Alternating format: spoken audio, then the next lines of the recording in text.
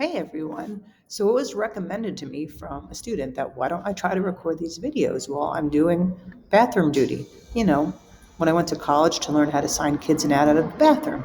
So I figured let's give it a shot. And if it works, great. And let's see how many times we're interrupted. So this video is a continuation of section 2.2, which was all on the structures of Congress. This one is going to focus a little bit more about the biggest power that Congress has, and that's the power of the purse. So if you need to go back, we mentioned in a previous video about the previous of the purse, powers of the purse.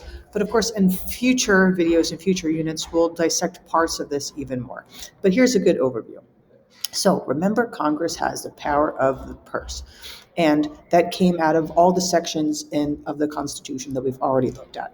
And basically, from those powers, they then assume the role that Congress is also responsible to create and pass a budget, and also to raise revenue for whatever expenditures the federal government would need. But how does it pass a budget? Well, it's not easy. And this is an article from December 9th. Today is December 15th, which was another budget deadline. So maybe we'll be seeing some things like that in the news pretty soon. All right, so how does it pass a budget? Well, it is complex. It's not easy. There's many steps and many players and many parts. And of course, that makes things tricky. So it explains how the government will pay its costs, right? And then where that money is going out. So how will it raise money for things? And then where will that money go? So who's involved with this? Well, both houses. Of course, everything originates in the House, but both parts are eventually involved. There's a budget proposal from the executive that's known as the OMB, the Office of Management of Budget. Office of Budget. I said that right. So of course, the president is the executive. The president doesn't decide what the budget will be, but the president has an influence in requesting what it would like. There's also many interest groups. Everyone wants their piece of the pie. And there's also several federal agencies, the bureaucracy, which all wants their piece of the pie and also helps to determine where that money will go as well. Good morning. 968. Okay, remember that. So this office assists the president in creating this budget. So what it does is it looks at the wants and needs of all the federal departments and agencies. So since there's many federal departments, what costs will it get, and then how will that get paid for?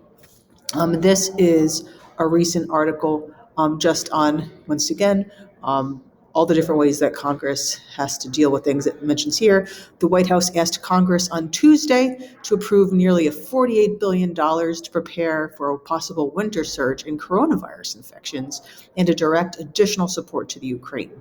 So the president is saying, hey, Congress, can you please approve this money for these needs, right? So you see how the interaction of branches there. Right now, just like the president has this office of budget, which is basically like his personal federal accountant, Congress also has one, the CBO, the Congressional Budget Office. This is a quite old editorial, actually, from 2014, just on people concerns about the CBO. But if you look to the left, you'll see often on C-SPAN, you can see different meetings by the CBO. So what it does is it reviews the budget and prepares a projection for what is coming in the upcoming year. And a fiscal year is not the same as a school year. It's not the same as a calendar year, but it runs from October 1st to September 30th. So that's why in the fall you often see different deadlines that deal with the budget. Also, you may notice for many schools, that is the deadline for your age. So like my daughter, who was born on October 2nd, right, she started a year after than if she was born October 1st, because those fiscal years often go down to school budgets as well. You may also hear the word reconciliation, and this is how Congress has to reconcile this budget. So if it needs so much money going out, it has to make sure so much money is going in. And it has to increase the money coming in if they predict more money is going to go out. How does it do that? needs more sources of revenue.